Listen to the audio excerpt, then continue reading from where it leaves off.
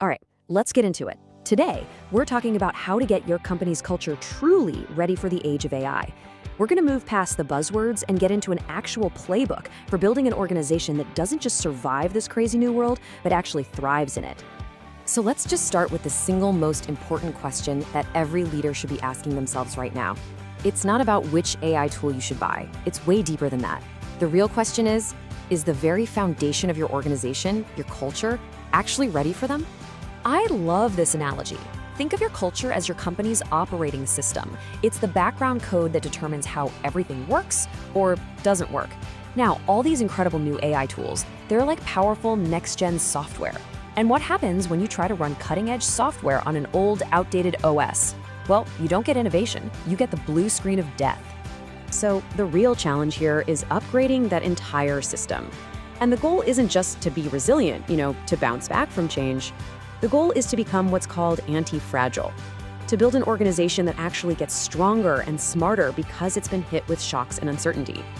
Okay, so how do you actually do it? How do you upgrade this cultural OS? Well, it really boils down to installing 4 crucial updates. Think of them as pillars that are going to rewire how your organization thinks, how it learns, and how it operates. All right, here they are. The 4 big upgrades are radical adaptability, psychological safety, data democratization, and outcome-based trust. Let's break down what each of these really means. First up, radical adaptability. Look, in a world where skills go out of date so fast, the real superpower is just being able to learn, unlearn, and then relearn. This means you have to create safe-to-fail zones where your team can mess around with new tools without being afraid they'll get penalized. It means you start rewarding curiosity itself, not just picture-perfect results.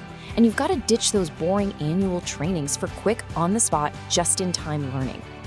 Next, and this one is a biggie, we have to tackle that AI anxiety head-on with psychological safety.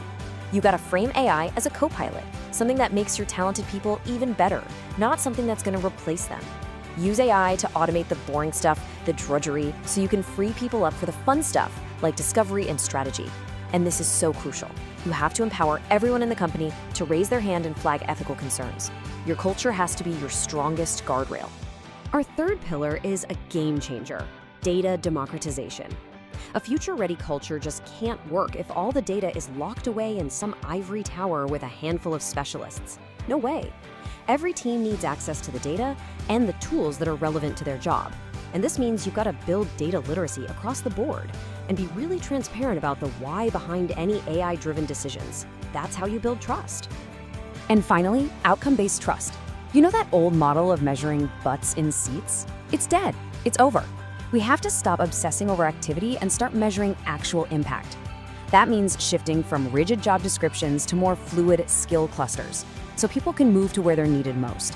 It's about using technology to make progress visible to everyone, which naturally builds trust and just kills micromanagement.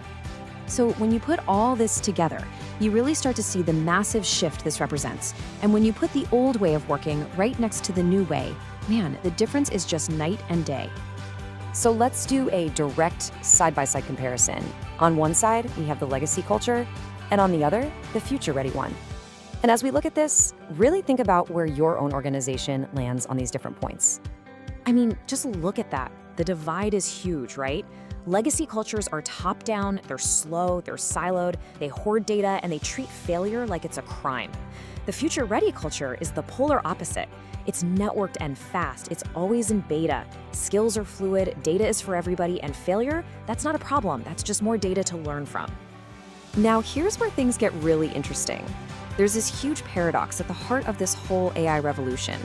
As the technology gets more and more powerful, the skills that become the most valuable are the ones that are uniquely, deeply, and irreplaceably human. And this quote just nails it. The more high-tech the world becomes, the more high-touch the culture needs to be.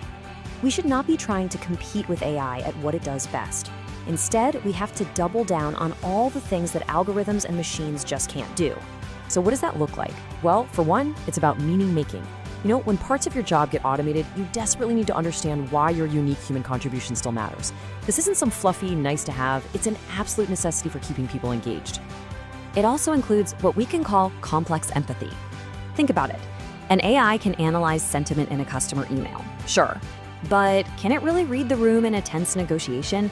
Can it truly understand the subtle emotions of a frustrated customer or a nervous colleague? No way. That's a human skill. And finally, this one is absolutely critical: moral courage. Your AI can spit out all the data and probabilities in the world, but it can't tell you what the right thing to do is, especially when the data is fuzzy or the ethics are blurry. That takes human wisdom. It takes courage. Okay, so that's the what and the why. But how do you actually start? How do you go from all these big ideas to something you can actually do on Monday morning? Well, your first practical step is a culture audit.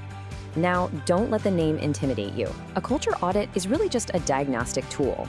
It's like a checkup for your company's culture. It helps you see where you're strong, and more importantly, it shows you exactly where the biggest gaps are between the tech you're using and the culture you have.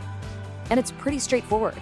You just get a good mix of people from across the company and ask them to honestly rate you on questions just like these, maybe on a simple scale of 1 to 5. And as you can see, these questions map directly back to those 4 pillars we talked about, so you get a really clear, data-driven snapshot of where you really stand. And once you tally up the scores, you'll probably land in one of these 3 zones. If you're in the danger zone, hey, no judgment. But your first job, your only job, is to build psychological safety. If you're in that transition zone, you're probably being held back by old habits and processes. And if you're already in the future ready zone, awesome. Your job is to hit the accelerator and scale what's already working. But here's the most important part of this whole audit: what you do with the results. The goal is not to create some giant 50-point action plan that's just gonna sit on a shelf and overwhelm everyone. No, you do the opposite. You apply the one thing rule. You look at your results, find your absolutely lowest scoring pillar, and you commit as a team to changing just one single tangible behavior. Maybe it's starting every project meeting with a 5-minute what-if session. Maybe it's a new rule that no one gets blamed for a failed experiment. The point is to start small and build real momentum. And that leaves us with one final thought, a question for you to really chew on. Looking at your team, your company right now, what is the one small, actionable change you can champion tomorrow to start building a culture that is truly ready for the future?